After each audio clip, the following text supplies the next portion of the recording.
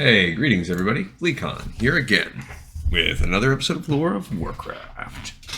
On our last episode, we just started the second part of the what's it called? The Charge of the Aspects? No, it's something like that. The Dawn of the Aspects. And in this last story, we saw Ghost like messing around with the artifact a little bit more, and it like is kind of affecting the Nexus, and he's tried to destroy it. He can't destroy it. Like, there's really not a ton happened.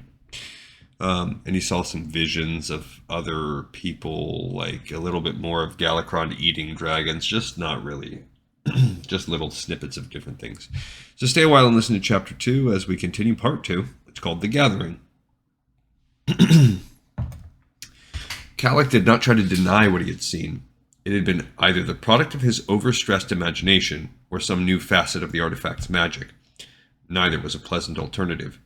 The first was an indication of just how unstable he might already be. If it was the second, it meant that the accursed object likely had some new game it wished to play with him. He chose to consider it the latter and immediately raced back to where he had left the relic. Unfortunately, the darkness caught him first, sending the blue tumbling against the passage walls. As great fragments of stone showered Kalik, the dragon, already barely conscious, pitched forward halfway to his sanctum. But even before his body struck the floor, his mind found itself soaring in the sky. Kalik was once again a part of Malygos, but this was a Malygos much more subdued, much more driven. In the distance, a thundering roar that could only have erupted from the jaws of Galakrond shook Kalik and his host. Fortunately, as the roar trailed off, its fading made it evident that the gargantuan proto-dragon was headed in a different direction. Malygos pushed on, his thoughts so buried by his urgency that Kalik had trouble ferreting anything out. Kalik saw glimpses of Alexstrasza and Ysera, a handful of proto-dragons of the same family as Malygos, and flashes of Neltharion, fighting something that was too small to be Galakrond. After much delving, Kalik discovered that at least one of the memories involved Malygos staving off an undead proto-dragon with faded red coloring. Kalik remembered the earlier struggle and knew that there had been no red proto-dragon other than Alexstrasza. For a moment, he feared that she had perished at some point and risen as an undead as the other corpses had, but then he realized that obviously could not be the case. Yeah, because that would make this whole thing not a flashback to history. Yet, even if the undead proto-dragon had not been Alexstrasza, it still meant that once again the dead had risen. Kalik did not know why, but he was certain that somehow the answer would be found with Galakrond. It was something, he sensed a moment later, that Malygos also believed. Indeed, Kalik finally learned that Malygos had only just fled from the undead. There had been more than the one. There had been 7. Worse, Malygos had not been alone. He had been accompanied by 2 of his proto-dragon family. They had not escaped.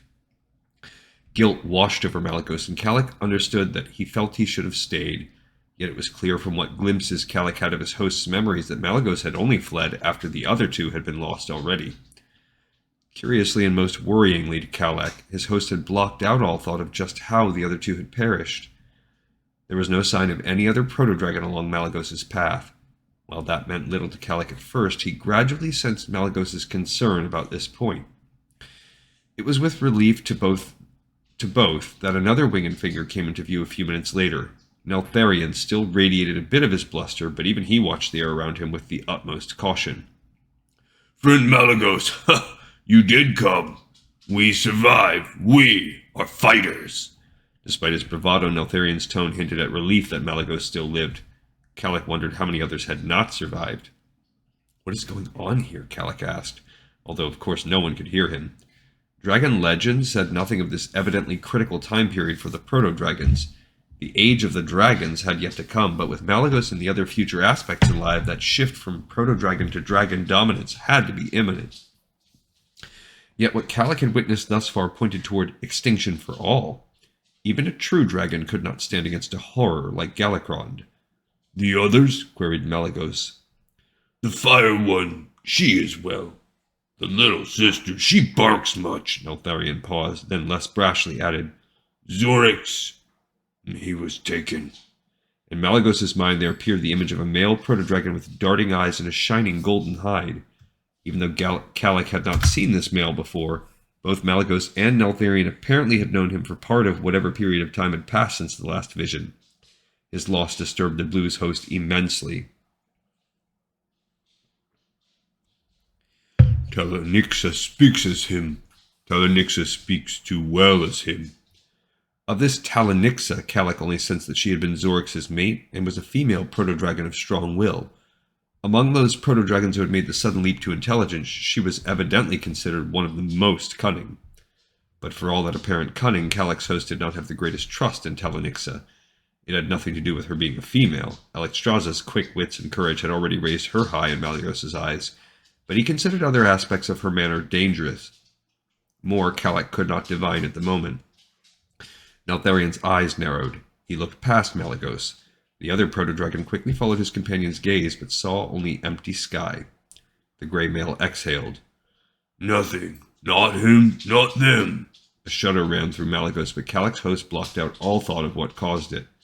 The others gather? Yes, follow. Both proto-dragons flew hard and fast, as if Galakrond himself snapped at their tails. Kalik became caught up in their urgency, even though he knew only half of what was happening at most. Malygos continually glanced around, often focusing on the ground far below. Gradually, Kalik understood what bothered Malygos about the landscape. It was devoid of any visible animal life except for a few birds. No large beasts roamed any of the places over which the proto-dragons flew. Eyeing Neltharion, Malygos asked, We are close? More to fly. Other roost fell. It took Kalik a moment to decipher the last. Whatever previous site the proto-dragons had chosen to gather at had become too dangerous. They had been forced to move farther on. A rumble from some distance behind stirred up both flyers. The gray proto-dragon glanced back. Malygos instinctively followed suit. There was no sign of Galakrond, but even Kalik was aware that the gigantic fiend could cover tremendous distances in the blink of an eye. Hissing in frustration, Malygos started to turn his gaze back to the path ahead. Four-winged forms coming from the north caught his attention. Eyes narrowed, Malygos studied the oncoming proto-dragons. Others, he warned Neltharion. His companions stared at the newcomers. No one is north. North is bad. Malygos hissed again. Yes. The four proto-dragons drew near enough for some details to become evident. To Kalik's relief, though, they were not what he expected. These were living, breathing proto-dragons. But Malygos was not at all pleased, and Kalik quickly saw why. At the head of the formation flew a familiar blue-green proto-dragon, Koros. Kalik also recognized one of the others who had joined in the first attack on Malygos. With a sneer at the four, Neltharion rumbled, This fight I like. To both the Greys and Kalik, surprised, Malygos shook his head. We fight the not living. We fight Galakrond, not one another. Huh. Koros know that. The other proto-dragons slowed as they approached the pair. Koros surveyed Malygos and Neltharion. You live. Good. Yes, returned Kalik's host calmly. We live, and that is good. Koros also lives, and that is good too. No fights between us. Fight only Galakrond. Yes. Malygos' rival dipped his head as if taking the sentiment to heart. The sly grin ever remained in place, though. Both knew that only the dire circumstances kept them from concluding their bloody feud. The north is not good, interjected an impatient Neltharion. He looked disappointed that there would not be a fight. Koros should not be north. We scout, Talanixa asked. Talanixa? Malygos repeated with some trepidation. Why? Talanixa plans. The icy blue male refrained from snorting, although it took a struggle to do so. Kalik felt Malygos' growing concern over the female's overwhelming command of the other proto-dragons. Talanixa's kind were headstrong, impulsive, but also dominating. It was not a combination for which either Malygos or Kalik cared, especially now. The north, Malygos finally said. Danger? To Kalik, who could do nothing but observe, the grin only grew slyer. No danger. Koros too clever for stupid not living. This was not the first time Kalik had heard the unsettling term used, and despite his own predicament, that concerned him. How many of those moving corpses are there? How many? More important, Kalik wondered just how they had come into being. In his own time, he lived in a world where, with the exception of the Forsaken, who had sworn their allegiance to the Horde, the undead were a not uncommon menace destroyed on sight whenever possible. Yet in such an early era in Azeroth's history, he had hardly expected to hear of such horrors. Too much talk, Neltharion growled. We all go. Koros did not argue, instead immediately veering past the duo. His comrades, all of the same family, followed without any further glance at the Grey or Malygos. We fly faster? Neltharion quietly asked Kalak's host. Malygos nodded. Yes, faster. And with that they shot past the startled Koros and the rest. As Malygos pushed, he and Kalak heard Koros' angry hiss. Kalak was not at all surprised to see that proto-dragons shared more than one trait with dragons. Among dragons, racing had always been a popular competition. Malygos peered over his shoulder to see Koros and the others trying their best to catch up.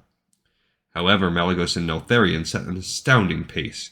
Kalak could scarcely believe his host still had such strength, then sensed that Malygos had embraced the suggestion not only because of his disdain for Koros, but also so that for a short time, the blue and white male could focus less on the horrors unleashed upon his world. Despite the strain, Malygos continued to fly right alongside Neltharion and several lengths ahead of his rival.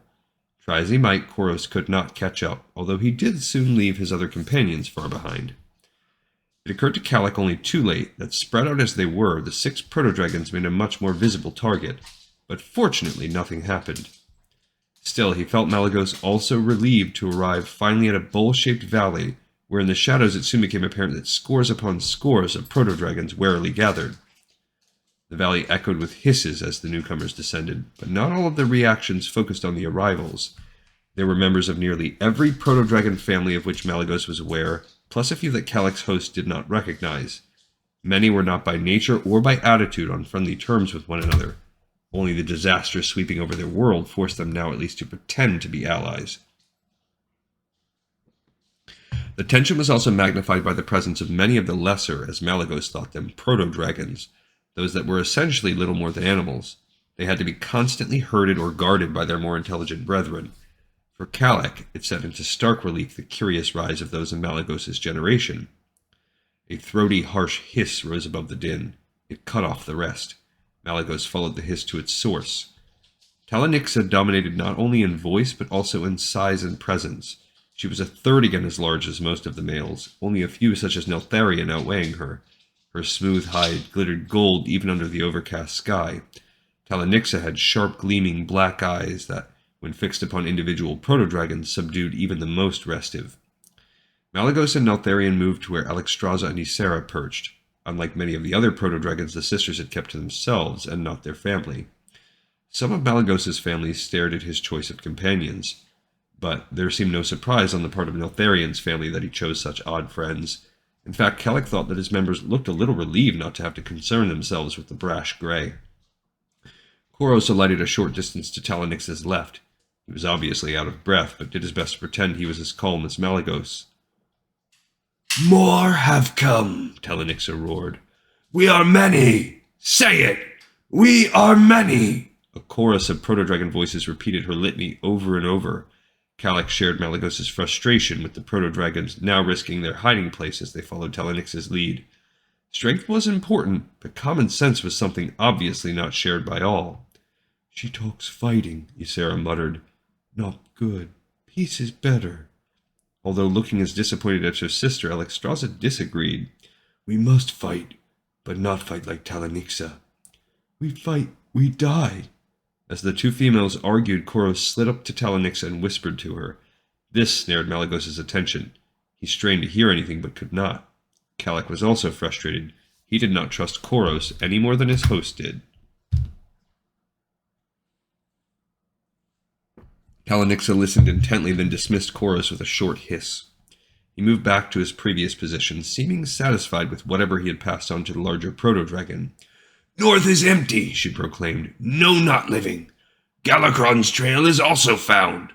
Most of the other proto-dragons welcomed this news with nods and low hisses, yet there were several who did not take the information with much pleasure. Malygos radiated a certain satisfaction with this as he studied some of the hesitant ones. He focused on one in particular, but it was Kalak who first recognized the male with the coarse brown hide as the one who had aided both Malygos and Neltharion during the confrontation with Galakrond. The brown male looked particularly perturbed by Talanix's declarations and the other proto-dragon's willing submission to her. He turned away only to meet Malygos' gaze. Kalanixa spoke again. We fight soon. We gather more. Find others. There are others. Go. Come again with all when the moons are round. If the gathering appeared to end abruptly to Kalak, he quickly learned through Malygos that such a coming together of proto-dragons was uncommon in the first place, and it was a sign of both the magnitude of the threat and Talanix's influence that this many had shown up so soon. Indeed, even despite the danger to all of them, several of the proto-dragons looked relieved to depart. Others went about the task of guiding their bestial brethren away, a scene that once more stirred Kalak's curiosity about the odd transformation overtaking the proto-dragons. A transformation with little future unless they could somehow bring down the voracious behemoth in their midst. Malygos watched with veiled eyes what Koros did. Unlike the others, he remained near Talanixa. As she herself ready to fly, the blue-green male slid up next to her and spoke. Unwilling to trust his rival's influence on this situation, Malygos started for the pair, only to have Neltharion insert himself between Kalak's host and the duo. Friend Malygos, that brown, you see him? Koros glanced their way. The rival male sneered. Talanixa took that moment to fly off. Koros, now bereft of the subject of his attention, did the same a breath later. Hiding his annoyance, Malygos turned his attention to the brown proto-dragon. The world swam. Kalak briefly slipped into darkness, but if he had hoped that this presaged a return to his own time, his own body, he was sorely disappointed.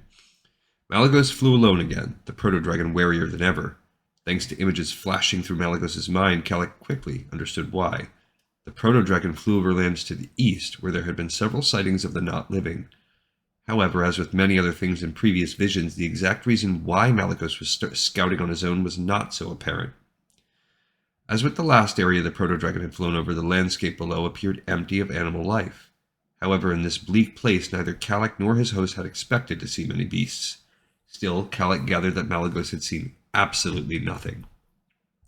Alighting on a low peak, Malygos peered around. More thoughts crept through Kalak's mind, filling in some missing pieces. Malygos sought the reason for Galakrond's frightful transformation into this hungry fiend terrorizing all, and he sought it very near where the behemoth kept his lair. Kalak questioned the sanity of what Malygos desired, but had no choice but to hope that Galakrond was far, far away. Malygos believed that to be the case, but both were aware that there was a chance he was wrong. Malygos' heart pounded from tension as the proto-dragon drew nearer to where the lair was presumed to be. The peaks were so tall it seemed that they were trying to touch the cloud-enshrouded sun. Such giant mountains would be likely to provide caverns large enough to house a monster the size of Galakrond. Something below caught Malygos' attention. He dived toward it. At first, Kalak saw only rock, but then he realized that a portion of that rock was of a disquieting and familiar color. The bones had lain there for some time, possibly 4 or 5 seasons. Those that were visible indicated a beast as large as many proto-dragons, or as Malygos discovered after scraping away the earth from one area, it was an actual proto-dragon.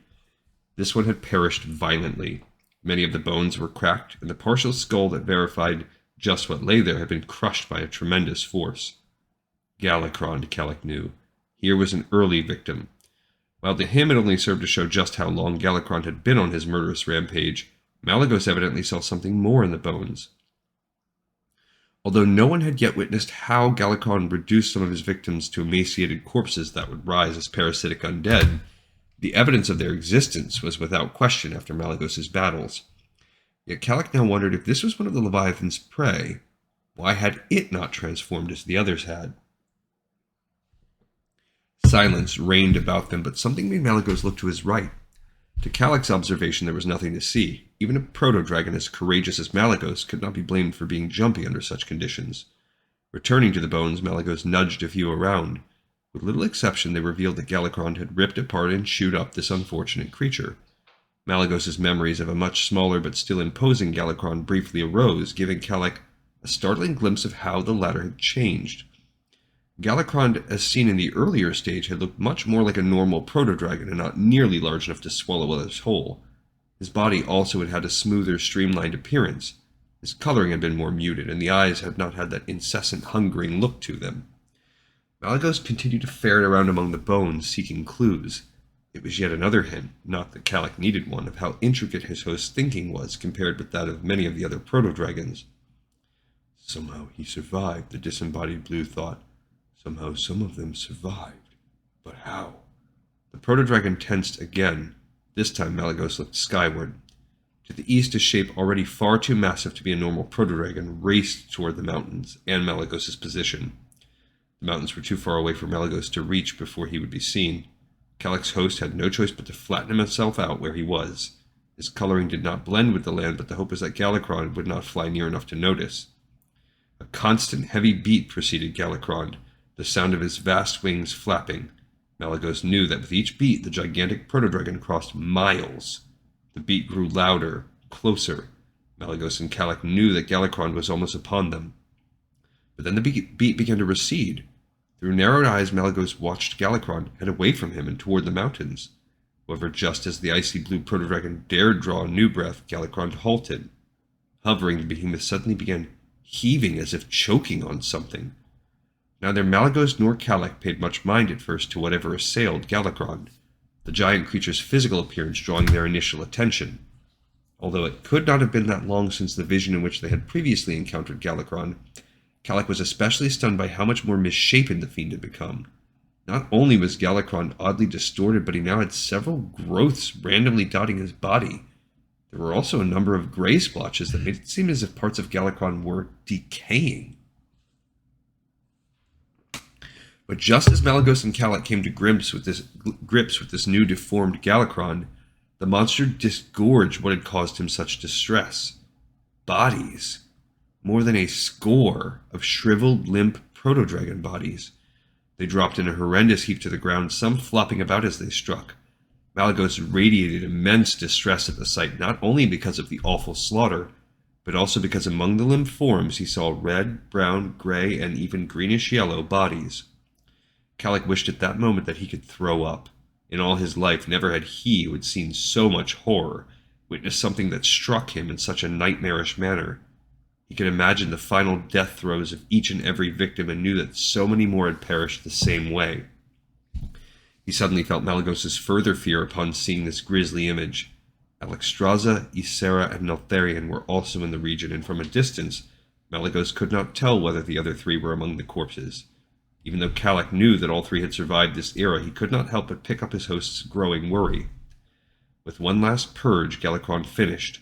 The gigantic proto-dragon immediately turned away, then took to the air again. As sharp as they were, Malygos' eyes could still not make out any detail on the odd growths marking Galakrond's body. Whether they had something to do with the behemoth's madness, neither observer could say, but Malygos at least wanted to see them better. Yet Kalak's host was not foolhardy. He waited as Galakrond soared away, watching until the fiend had long since vanished into the distance. Only after that did Malygos dare begin to rise, and then he instinctively dropped once more as three other proto-dragons flew in the direction from which Galakrond had originally come. Why exactly Malygos had chosen to hide rather than rise and warn the trio was something Kalak sensed that even his host did not quite understand himself. However, as the three neared, their coloring gave him that perhaps Malygos had taken the wise course.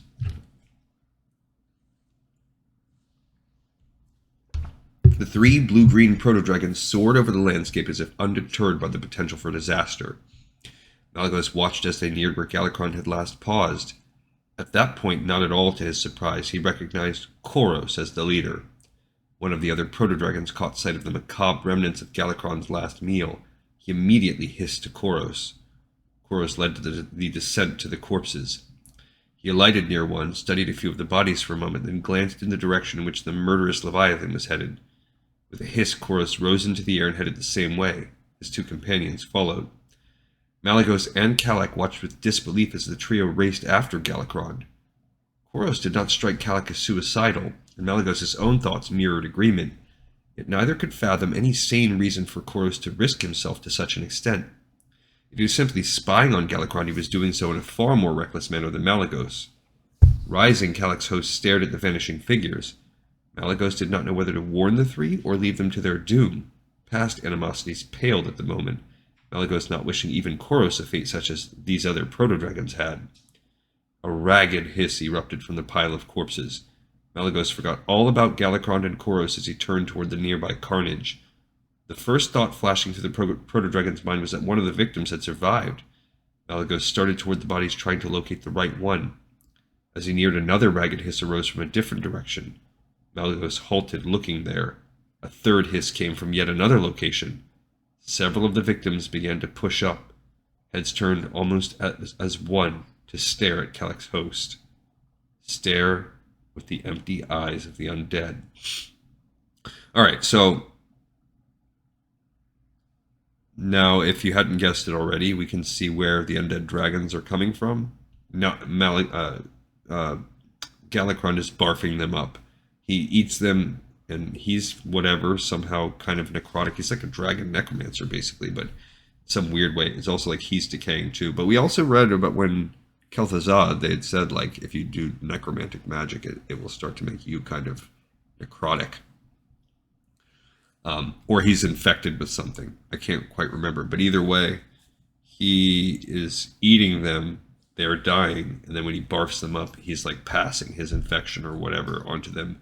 So they're rising as the undead. He's probably doing it on purpose. All right. We got another episode in the pipe, 5x5. I thank everybody for watching and for listening. I hope you enjoyed it. See you next time on Lore of Warcraft.